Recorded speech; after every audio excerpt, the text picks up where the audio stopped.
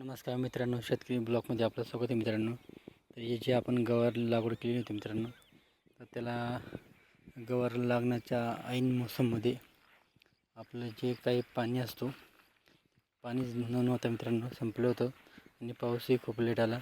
तर मित्रांनो, तर आपली जे काही येणार जो पीक होता तो पूर्ण वाया गेलेला आहे. तुम्ही पाहू शकता शेंगा पाहू शकता किती मोठ्या झालेले आहे.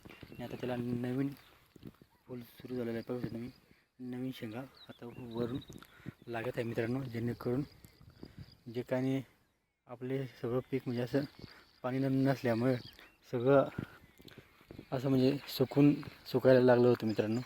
अशा पद्धतीने आपला हा गवत पीक होता मित्रांनो. परंतु आता मात्र पाऊस आला, तर पाऊस तुम्ही पाऊस आल्यामुळे खूप पूर्णपणे हिरवगार झालेली आपली गवार आहे मित्रांनो. आणि पूर्णपणे हिरवगार झालेली आहे. वरून आता परत तिला फुलं वगैरे लागलेले आहे. तर आपली गवार आता थोडं पाऊस सुरू झालेला आहे मित्रांनो. पाऊस पाहिजे तसा पाऊस नाही मित्रांनो, परंतु सुरुवात झालेली आहे. तरी आपण जेवढं काही सुरुवात होईल तो निसर्ग हा कोणाच्या हातामध्ये नसतो मित्रांनो.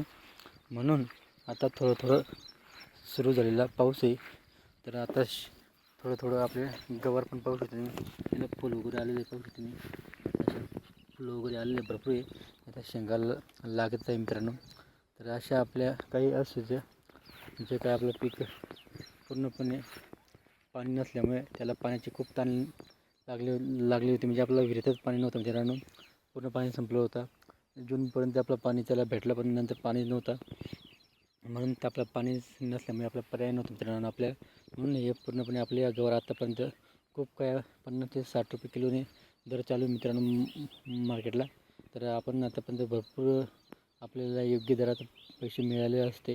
पण काय करणार, शेवटी आपलं पाणी नसल्यामुळे आपल्याला नाईलाज झालं मित्रांनो. तर अशा पद्धतीने आपलं पाणी जर राहिलं असतं तर आपल्याला खूप काही चांगले पैसे झाले असते मित्रांनो गवार पिकाचे. कारण की यावर्षी गवार पिकाला खूप चांगल्या पद्धतीने भाव वगैरे सुरू झाला असल्यामुळे तर खूप मस्त भारी पैसे झाले होते झाले असते मित्रांनो.